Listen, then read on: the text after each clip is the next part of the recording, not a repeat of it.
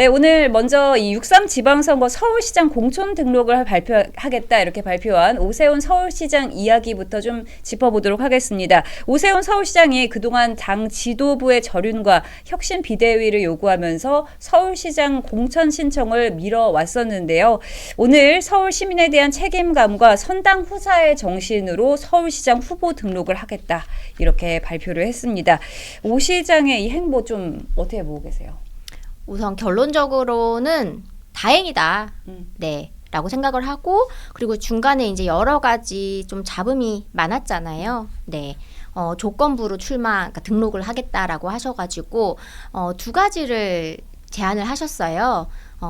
비대위에 버금가는 혁신 선대위를 꾸려달라. 그 다음에 윤어게인 세력인 당직자 3명을, 뭐 포고문처럼 뭐 처단까지는 아니지만 뭐 그런 수준으로 그러니까 경질을 해라, 해촉을 해라라고 하는 그런 부분들이었는데, 우선 전자에 대해서는 아마 지도부에서 논의를 할 것이라고 예상을 해요. 그런데 우리가 선대위를 꾸리는 것은 지난 총선 때도 저도 사실 뭐 처음 경험을 해봤지만 그 이후 대선 때도 그랬고, 우선은 후보가 지역별로 다 있기 때문에 아직 경선도 제대로 된 레이스가 시작되지 않은 상태인 거잖아요. 그 막차의 문을 마지막까지 늦게 닫은 것도 사실은 이 서울시장 관련된 일 때문이었는데, 그렇다면 보통은 선대위는 그렇게 후보가 어느 정도 결정이 되고 난 다음에 그런 후보들의 색깔을 보고 스타일을 보고 우리가 이제 결정을 하는 거잖아요. 그래서 선대위를 지금 꾸린다는 그것도 좀 글쎄요. 네, 좀 이해가 가진 않아요. 선뜻 이해가 가진 않아요. 그리고 그 인사들을 경질을 하라라고 하셨는데, 결론부터 말씀드리면은 경질을 해야 되는 이유가 윤어게인이다? 글쎄 저는 거기에는 동의하지 않습니다. 네, 그래서 그 이유가 사실 또 명확하지 않기 때문에 지도부 입장에서는 그런 이유로 인사들을 경질할 수는 또 없는 부분이잖아요. 네, 그래서 등록을 하시겠다고 선언은 하셨는데 그 조건으로 걸었던 초반에 그 두 가지의 내용이 지켜지기는 사실상 여러 가지로 어렵지 않나라는 그런 생각도 듭니다. 저는 그분 이번에 뭔가 좀 그립을 잡을 줄 알았어요. 거기서 이 혁신이 이루어지지 않으면 뭐 응모하지 않겠다, 공천 신청하지 않겠다 이 말 했을 때, 와, 오세훈 시장 그동안에 행정가로서 이렇게 서울시에만 늘 있다가 이렇게 정치인의 모습을 참 오랜만에 본 거잖아요. 두루뭉실 이렇게 발언을 해왔는데 이번에는 그립을 좀 잡아가면서 본인 주도적으로 하지 않을까 싶었는데 역시 국민의힘을 움직이기는 역부족이었다. 개혁신당 멤버들은 다 많이 알지 않습니까? 이게 얼마나 국민의힘 안에서 또 변화가 어려운 것인지 그걸 아마 다시 한번 확인했을 계기가 됐을 것이고, 뭐 추가 공모에 하는 상황이 되면서 면을 많이 구겼어. 말을 더듬이신 게 아니고 추추추가 맞잖아요, 그죠? 그렇죠. 추추추 제재 공모. 네, 저는 디테일 있으셔. 저는 좀 이렇게 반대로 봐요. 그러니까 국민의힘을 움직이기가 역부족이라고 볼 수도 있겠지만, 반대로 말씀하신 것처럼 혁신선대위랑 인적쇄신을 요구를 하셨지만 적용이 되지 않을 거라는 어려움을 판단을 하셨고, 그래서 오늘 사실 말씀하셨을 때 보면은 그 장동혁 지도부가 혁신 의지를 포기한 채 스스로 바뀌지 않는다면 서울에서부터 변화를 시작하겠다라고 발표를 하신 거거든요. 그러니까 변화의 가능성이 어렵기 때문에 변화를 기다리는 것이 아니라 내가 서울시부터 그 변화를 만들어가겠다라고 오히려 저는 주도권을 가지고 가는 걸로 보여요. 그러니까 지금 이 상황이요? 그럼요. 그러니까는 계속 뭐 장동혁 지도부가 바뀌길 바란다, 뭐 혁신 선대위 만들어 달라, 인적쇄신 해달라라고 했을 때 그것이 이루어지지 않는다라면, 그리고 방금 말씀하신 것처럼 하기가 어렵다라면, 그럼 서울시장 출마 안 하고 계속 있는 것이 어떻게 보면 좀 이렇게 적극적인 어떤 행보, 그리고 주도권을 가져가는 것보다는 그냥 계속 기다리고 계속 요구만 하는 상황일 텐데, 그러지 않고 내가 선당 후상 정신으로 나가겠다, 그리고 그 보수의 재건을 서울부터 시작하겠다, 그리고 권력이 아니라 시민의 힘으로 자기는 하겠다라고 선언을 한 게 저는 오히려 그 주도권을 끌고 가는 것이 아닌가라고 저는 생각을 하고 있어요. 그래서 변화를 내가 만들어 가겠다. 그러니까 말씀하신 것처럼 지금까지는 서울시장으로서의 행정가적인 면모를 보였다라면 어떻게 보면 대한민국의 보수를 재건하는 역할을 하겠다라는 정치적인 선언도 같이 들어가 있는 것이 아닌가, 저는 그런 관점으로도 볼 수 있다라는 생각은 합니다. 네, 말씀해 주시죠. 저는 뭐 기자회견을 뭐 다 보고 오진 못했지만 아주 짧게 본 입장을 말씀을 드리면, 이게 당대표 출마 선언문인지 아니면 뭐 후보 출마 선언문인지 좀 헷갈렸어요. 결국에는 당내 경선에 참여하겠다라는 이야기를 하는데 거기에 장동혁 지도부의 혁신에 대해서 이야기를 하고 그리고 본인이 앞으로 혁신을 끌어가겠다라고 하는 게 당 대표에 출마하기 위한 포석이 아닌가라는 생각이 좀 들었습니다. 그러니까 사실 지금 오늘로써 지방선거 디데이가 79일이 된 거잖아요. 그러니까 이제 얼마 안 남았어요. 그리고 오늘 아침에 기사에도 나왔지만 박수민 의원이 이제 출마를 하겠다라고 이제 이야기가 나오는 상황이었죠. 아마 본인도 좀 급하지 않으셨을까 싶습니다. 그래서 사실 오전까지만 해도 3시에 기자회견이 잡혀 있는데 오세훈 시장이 뭐 출마를 할 것이다, 안 할 것이다 의견이 되게 분분했었거든요. 근데 결국 출마를 하겠다라고 하면서도 당내 지도부에 대한 어떤 혁신을 하라라는 요구들을 계속하는 모습이 과연 정치적으로 본인에게 득이 될 게 있었을까 싶습니다. 정확하게 팩트 하나만 정리해드리면 오늘 78일 아, 남았습니다. 78일. 역시 네. 오늘 소장님 다르시네요. 네. 역시 저기서 수치가 나오는 거야. 네, 그렇죠? 78일 남 우리가 이런 거 중요하니까 78일 그쵸, 팩트가 남았고 중요하죠. 이게 말씀하신 거 저는 맞다고 봐요. 그러니까 이게 단순하게 내가 서울시장을 출마를 하겠다라는 선언보다는 좀 더 큰 그림 그리고 좀 더 길게 보신 발언이 여기 다 포함이 된 것 같아요. 왜냐하면 지금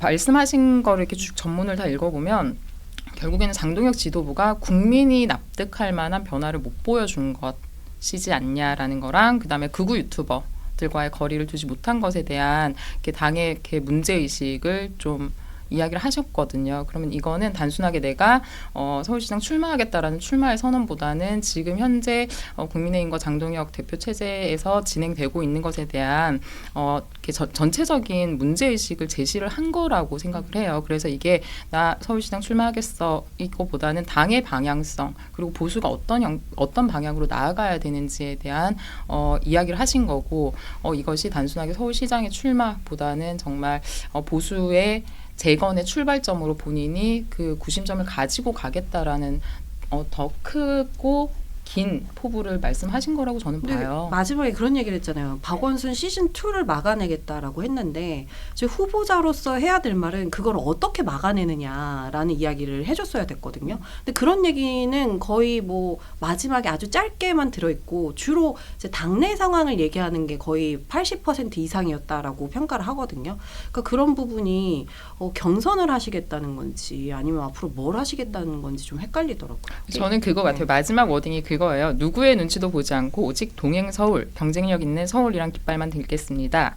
이게 핵심인 것 같은데 권력의 방향이 아니라 시민의 방향을 따르겠습니다. 권력의 눈치가 아니라 시민의 눈높이만 보겠습니다. 저는 이게 뭐냐면 지금까지 국민의힘이 가지고 있는 많은 문제의식들이 뭐냐면 당신과 민심의 괴리예요. 그런데 이분이 이렇게 선언한 거는 내가 당심이 아니라 민심을 좀 더 읽겠다. 그리고 민심이 무엇인지를 확인하고 그 민심을 따르겠다라는 선언적인 것이 아닌가라는 생각을 좀 합니다. 근데 지금 그 민심이 과연 오세훈 시장한테 가 있냐라고 봤을 때 오세훈 시장과 정원호 후보의 그 지지율 차이를 보면은 거의 뭐 근소한 차이로 따라잡힌 경우도 있었고 조금 더 높은 경우도 있었고 그러니까 과연 시민의 눈높이에 맞는 후보인가를 이제 당내에 들어와서 이미 진작에 했었어야 되는 거죠. 근데 이제 당내에서 오세훈 시장이 많은 에게 많은 그 기회를 계속 제공을 해왔던 거는 어쨌든 오세훈 시장이 우리 당의 인재이고 꼭 필요한 존재이기 때문인데 과연 이렇게 출마를 하겠다라고 선언을 하시면서까지도 당내에 이렇게 하시는 게 맞는지라는 생각이 좀 들어요. 근데 반대로 국민의힘에서도 사실은 박원순 후보 말고는 더 내실 분이 없는 거 아닌가요? 그러니까 박원순 후보요? 아니야 제가 박원순 깜짝이야. 박원순 시즌 2. 시즌 2 거의 죄송합니다. 싫거든요. 한사. 무한 땡큐 한사. 정정해 주셔서 제가 오세훈 후보 말고는 네. 사실 낼 분이 없으니까 아니, 뭐 1차, 2차, 3차까지 연장하면서 아니 왜 해준 거 아니에요? 없어요? 그리고 지지율을 사실은 이렇게 여론조사를 네. 봤을 때도 사실은 오세훈 시장만큼의 지지율을 득표하신 분들이 없긴 같기는 해요. 그러니까 말씀하신 것처럼 그 정원호 그 성동구청장님이랑 비교를 했을 때는 차이가 나긴 하지만 국민의힘 내부에서는 뭐 오세훈 시장만큼 어떤 인지도나 영향력이 있는 분을 이렇게 내기가 쉽지 않은 상황인 것도 저는 맞다고 보거든요. 근데 4선 하셨으면은 이번에는 그러니까 저는 오세훈 시장님이 말씀하신 것처럼 지지율이 많이 나오시는 상태니까 지금 이분이 후보가 되면은 참 좋았겠다 생각하는데 지지율 다이어트를 당에서 막 해주신 관계로 좀 뭔가 불편한 상황이 있었다. 그러면서 복면가왕 이런 얘기하면서 이게 뭔가 토너먼트식으로 가는 그런 방식을 원한 것이 아닌데 국민들 앞에 조금 뭔가 내세울 수 있을 만한 혁신이 필요해서 그걸 했을 것이라는 거 공감을 하고요. 근데 뭐 이렇게 돼서 뭐 추가 공모, 제재제 공모 이 정도까지 들어간 상황이 되면 지금 박수민이라는 플랜 B 그 의원을 까지 내세웠을 때에는 그러면은 예를 들어서 뭐 나경원이든 신동욱이든 박수민 의원님이든 이렇게 세 분의 의원님들이 거기 자리를 비우고 나가면 차라리 그 자리에 출마해가지고 이제 국회에 진출을 해서 국회에서 자기 목소리를 내는 시간을 좀 가지는 게 어떤 정치적인 캐파를 키우고 차후에 뭐 대권을 지금 보시는 거잖아요. 그 대권을 보는 상황에서 자기 의견 피력하는데 훨씬 좋은 도구가 되지 않았을까. 지금 이걸 조금 관철을 시키면서 가야 되는데 약간 오버랩되는 게 있어요. 지난번에 장동혁 대표님 좀 안타깝게도 나중에 마무리할 때는 이준석 개혁신당 대표하고 마무리할 때 청와대 가가지고 이렇게 같이 함께 합동 단식하면서 이렇게 그런 시위하면서 이렇게 좀 끝났으면 어떤가 그런 이야기를 하고 있는데 박근혜 전 대통령이 방문하시면서 마무리했던 것처럼 약간 이상하게 플랜 B가 나오는 순간 뭔가 그냥 제재제 공모에는 해보겠다 이런 식으로 가는 게 국민 여러분께서는 그냥 그 한 장면을 보고 어떤 시기에 이 사람이 어떤 행동을 하는 것인지를 보는데 그 안에 무슨 출마 선언 뭐 이런 것을 꼼꼼하게 분석해 주시는 우리 소장님들처럼 이렇게 보겠는가 하는 생각이 들어서 이번의 행보는 저는 이 분이 뭔가 나중에 정치적으로 입지를 좀 가져갔으면 좋겠다는 생각을 하는 사람의 입장으로서 좀 안타깝다는 생각이 들었습니다. 네. 네. 저는 사실 이 오세훈 시장님에 대해서는 좀 당에서 특별히 지금 시기가 좀 그러니 최대한 언급을 자제해달라. 그래서 지금 조용히 있는 거거든요. 조용히. 물론 이제 아무개니까 저는 김아무개. 네. 당원님, 네.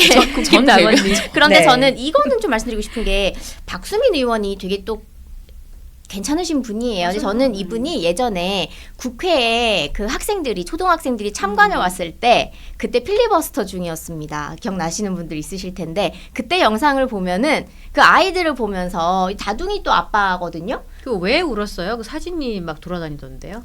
그때 그 상황이 이제 거대 여당의 그런 입법 폭주에 어쩔 수 없이 이 필리버스터를 해야 하는 그게 이제 가족뿐만 아니라 그 아이들이 얼마나 자기 자식 같겠어요. 그러니까 나라 걱정에 눈물이 났다. 저는 그렇게 알고 있는데 이번에도 선언을 하시면서 그 백브리핑 하시면서 울먹이셨는데 야 이분의 눈물에 참 많은 사람들이 또 움직이겠다라는 그런 생각이 들었거든요. 네 그리고 박수민 의원이 이런 발언을 하셨어요. 근데 이게 정말 저는 오늘의 헤드라인이다. 저는 그렇게 생각을 하는 게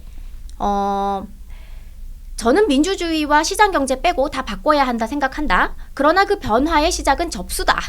조건을 건 접수는 상식이 아니다. 이게 정말 그냥 뼈 때리는 한마디인 거예요. 그래서 본인은 당을 위해서 사실 이 선거가 박수민 의원 초선이신데 녹록치 않은 선거일 겁니다. 근데 이것은 이미 사전에 룰대로 일찌감치 신청을 해놓고 열심히 운동을 하고 있지만 스포트라이트를 다른 어떤 이유로 인해서 받고 있지 못하는 그 세 분의 후보들도 같은 생각일 거거든요. 상당히 어려운 선거임에도 불구하고 지금 열심히 하고 있는 이 분들한테도 뭔가 좀 묵은 채증이 내려간다 싶은 그런 발언을 박수민 의원이 한 게 아닌가. 이분들은 정말로 선공후사, 선당후사의 마음으로 출마를 한 거라고 저는 보거든요. 네. 네, 지금 채팅창에 따스한 바람님께서 김효원 대변인 최고다 이러면서 슈퍼챗을 쏴주셨습니다. 또 이렇게 김아무개에게 또 슈퍼챗을 쏴주시고 대변인 아닙니다. 전 대변인입니다. 왜 앞으로 찔러야지. 계속 후벼파고 그래요. 네, 그리고 또 지금 채팅창 보면은 오세훈 시장에 대해서 좀 비판의 목소리도 좀 많이 나오고 있습니다. 또 일각에서 좀 일찍 나오지 왜 지금 나오냐, 서울시장 진짜 하고 싶은 거 맞냐, 이런 비판의 목소리들이 좀 높은데 좀 어떻게 보고 계세요? 사실 아까 발표하신 기자회견 하시는 모습을 아주 짧게 봤을 때는 이게 정말 후보 등록을 하고 싶으셔서 나오시는 모습인지 좀 궁금했어요. 그러니까 오늘 박형준 부산시장님 같은 경우는 이제 경선을 하기로 했잖아요. 그러면 그분들은 오히려 경선을 하고 싶어서 주진우 후보도 그렇고 박형준 시장도 그렇고 경선을 요구를 해서 경선을 하게 됐단 말이죠. 그러니까 왜 경선을 하냐. 경선을 했을 때 시너지가 나니까 하는 거거든요. 근데 지금 오세훈 시장 같은 경우에도 박수민 의원 그리고 그 윤희숙 의원님 같은 그런 쟁쟁한 분들하고 경선을 함으로 인해서 본인이 이끌어왔던 서울시정에 대해서 좀 더 풍부하게 만들 수 있는 기회가 생긴단 말이죠. 근데 과연 이렇게 사람이 표정만 봐도 그 생각을 읽을 수 있다라고 하는데 오늘 기자회견을 보면 경선도 그 후보로 참여하는 게 과연 하고 싶어서 나오시는 건지라는 의문이 좀 들더라고요. 마땅치가 않은 게 표현이 된 것 같아요. 그러니까 본인께서도 뭔가 추진하고자 하는 방향성이 있었는데 그렇게 하는 게 힘들다는 상황을 파악을 하고 그렇다고 나중에 역사의 죄인이 될 수가 없잖아요. 본인이 이렇게 나와달라고 삼고초려 하는 건데 세 번째 문을 안 닫고 기다려주는데 끝까지 거절하면 또 그게 당원들에게 또 버림받는 상황이 될 거니까 이게 굉장히 양쪽에서 완전 갇힌 상황이었다고 생각이 들고 그 표정은 이해는 되더라고. 왜 저렇게 그냥 속 끌려 나오듯이 나와서 저렇게 할 수밖에 없는지. 근데 그걸 아까 말씀하신 것처럼 긍정적으로 본다면 이분이 끝까지 노력했고 앞으로 바꿔나가겠다 이렇게 볼 수도 있지만 저 좀 안타까웠어요. 사실 후보자의 입장에서는 이렇게 기자회견을 하면서 기자들 앞에서 설 수 있는 것 자체가 하나의 선거운동이 될 수도 있거든요. 근데 이 기회를 날리셨다라는 게 저는 좀 안타까운 거죠. 저는 반대로, 그러니까는 이렇게 뭐 선당 후사 오늘 표현도 하셨고, 근데 이게 선 조건 제시 후 출마처럼 보일 수는 있다고 봐요. 그런데 이렇게 오세훈 시장은 연초에도 사실 1월 1일부터 발언을 하셨고, 그러니까는 국민의힘 특히 장동혁 대표의 그 리더십에 대해서 계속 어떻게 보면 오세훈 시장의 입장에서는 기대하고 기다렸다라고도 볼 수 있어요. 그러니까 오세훈 시장에 대해서 뭐 나올 거면 빨리 나오지 왜 3번까지 이렇게 연장하게 하느냐라는 그런 비판 전 충분히 할 수 있다라고 보지만 그래도 어떻게 보면 장동혁 대표의 리더십에 대한 기대 가 있었기 때문에 그런 걸 요구를 했고 지금까지 기다렸던 것이 아닌가. 그래서 이걸 단순하게 오세훈 시장에 대해서만의 비판으로 가져가는 것이 적절하고 합리적인가에 대한 의문을 좀 가져볼 수는 있다고 봅니다. 아니 근데 사실은 전에 요구했던 그 두 가지들이 있잖아요. 뭐 혁신 선대위를 하고 그리고 뭐 윤어게인이라고 하는 사람들과는 이제 절연을 하고 뭐 이런 얘기들이 하나도 이루어진 게 없어요. 그렇다면 변한 게 없는데 왜 지금은 후보로 나와야 하는지. 그러니까 본인이 혁신으로 이끌 수 있었다면 진작에 혁신으로도 이끌 수 있었던 거잖아요.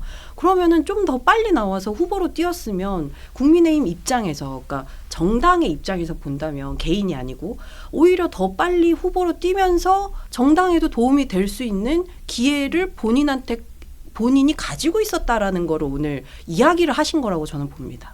저희 그 국민의힘 장동혁 대표가 2월 13일에 그 조선일보하고 인터뷰한 내용이 있어요. 거기에서 뭐라고 얘기를 하셨냐면 6.3 지방선거 승패의 기준은 서울 부산시장 선거다. 여기에 장동혁의 정치 생명이 달려있다라고 발표를 하셨어요. 네. 그러면서 이 두 곳은 지방선거 전체의 승패를 평가하는 가늠자가 될 것이다. 이번 지선 승패에는 저희 정치 생명 자체가 달려있다.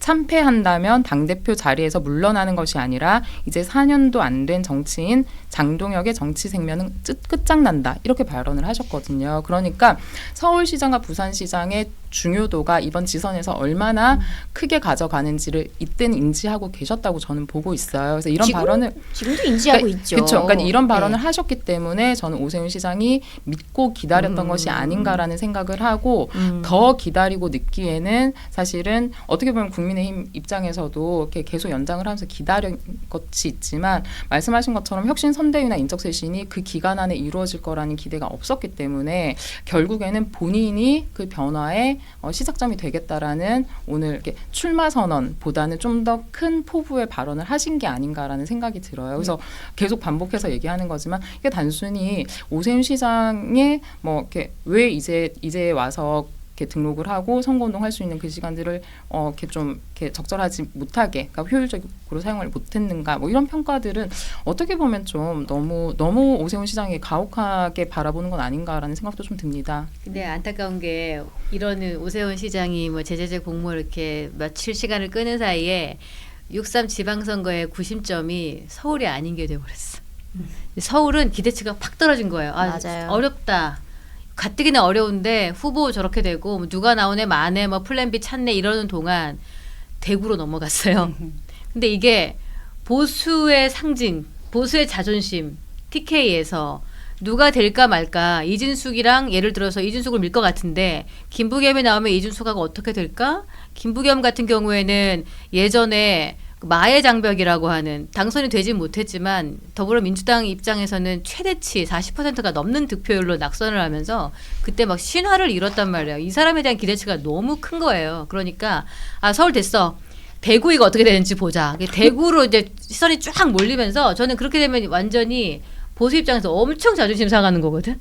근데 이거는 저는 구심점이 대구로 이동했다라고 표현하기엔 좀 부적절한 것 같기는 해요. 구심점은 결국에는 핵심인데 그거를 이렇게 서울이 아니라 대구에서 가져갔다라고 하는 게 과연 구심점이 이동했다라는 게 적절한 표현인지 잘 기대치가 모르겠습니다. 떨어졌다는 얘기예요. 그래도 오세훈 시장에 대한 기대치가 있었는데 지금 계속 오세훈 정원호 붙여놨을 때 작년 말까지 해도 괜찮았어요. 근데 점점 빠지고 이런 상태에서 이렇게 지지멸렬하게 좀 지지부진해져 버리니까 아마 제 생각은 그렇게 좀 흘러가는 것이고, 이게 점점 보수의 파이가 작아져서 TK, PK 쪽으로 몰려가다 보니까 대구 경북 통합을 안 하는 찬성하지 않았던 이유도 같이 합치면은 두 자리 나올 수 있는 거 하나로 줄어들잖아요. 막 이렇게 가는 거거든요. 그러면서 대구까지 넘볼 수 있는 상황이 됐다는 거는, 이거는 민주당 입장에서는 호남 단체장 경선 무슨 이렇게 견줘가면서 본선에서 누가 되냐 마냐 이런 말 나오는 거하고 비슷한 상황이니까 엄청 자존심 상해야 된다.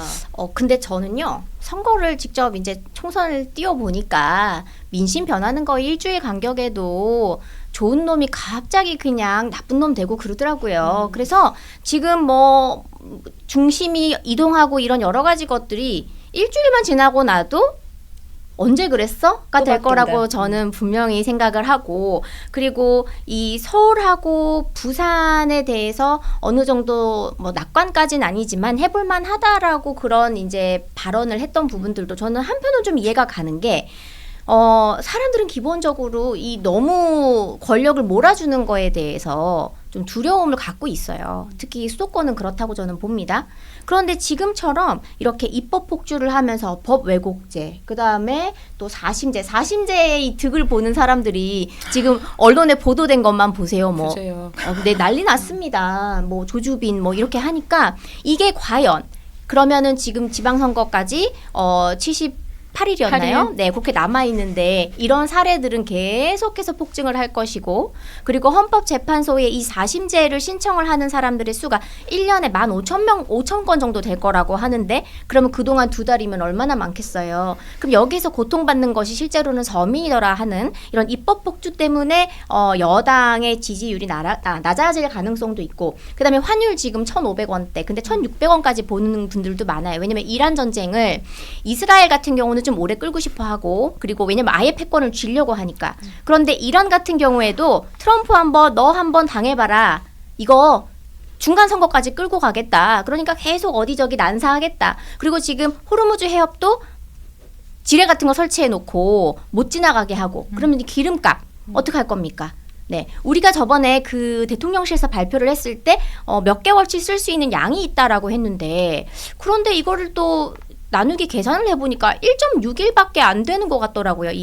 우리 현재 지금 갖고 있는 보유량과 그 다음에 사우디에서 제공을 받을 수 있다라고 한 거, 비축량이 있다라고 한 거, 그게 1.6일분이라고 하는 그런 해석도 지금 나오고 있어서, 유가는 지금 고유가, 고환율, 그 다음에 고물가, 그 다음에 금리 문제, 이런 모든 것들이 과연 78일 안에 모든 게 싹 정리가 될 변수들인가 아니면 계속해서 악화가 될 변수들인가 그런 것도 봐야 되고 보유세 폭탄 지금 너무나 많은 이슈들이 있어요. 그래서 지금 경선에서 후보가 최종으로 선정이 되기까지는 우리 집안 싸움이 아마 점입 가경일 겁니다. 별의 별꼴 다 볼 거라고 저는 생각을 하거든요. 하지만 일단 후보가 정해진 다음에는 지금 우리 시청하시는 분이 많이 계시는데요.